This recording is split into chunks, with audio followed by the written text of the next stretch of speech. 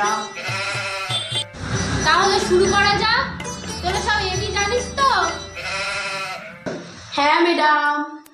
তাহলে রিতা বলো, এরপর কি? এরপরে বি হয় ম্যাডাম। এবারে দীপ বল, বিয়ের পরে কি হয়? বিয়ের পরে ফুলসজ্জা হয় ম্যাডাম। কি? নিউটনের গতিসূত্র কার কার মনে আছে রে? রিতা তুই পারবি? হরি তুই পারবি? দীপ তুই বল। ম্যাম অনেকদিন আগে পড়েছি তো পুরোটা মনে নেই, লাস্ট লাইনটা মনে আছে। যাই হোক, তোর তো একটু মনে আছে, তুই বল যতটুকুই জানিস।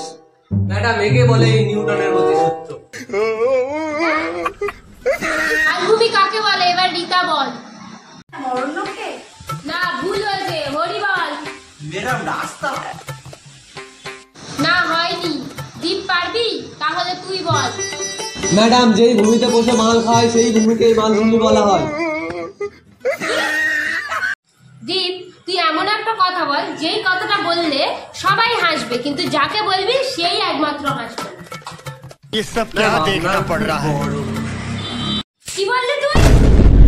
মন মন মন ম্যাডাম মন মন। কি করতে আসছিস তুই? বাড়িতে থেকে বাবার পয়সা খরচ করছিস? অসভ্য বেয়াদব ছেলে একটা, তোর দ্বারা কিচ্ছু হবে না। प्यारी समझ गई। তুই পড়তে আসিস কিসের জন্য রে? কেন ম্যাম? শিখার জন্য।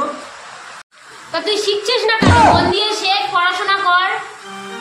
কিন্তু আজকে তো শিখা আসে। ये सब क्या देखना पड़ रहा है? সন্দীপ, আমি তোকে আর এই একটাই লাস্ট প্রশ্ন করব, এটার কিন্তু সঠিক উত্তর তোকে দিতেই হবে। বল, অ্যাসিড ও গ্যাস কিভাবে উৎপন্ন হয়?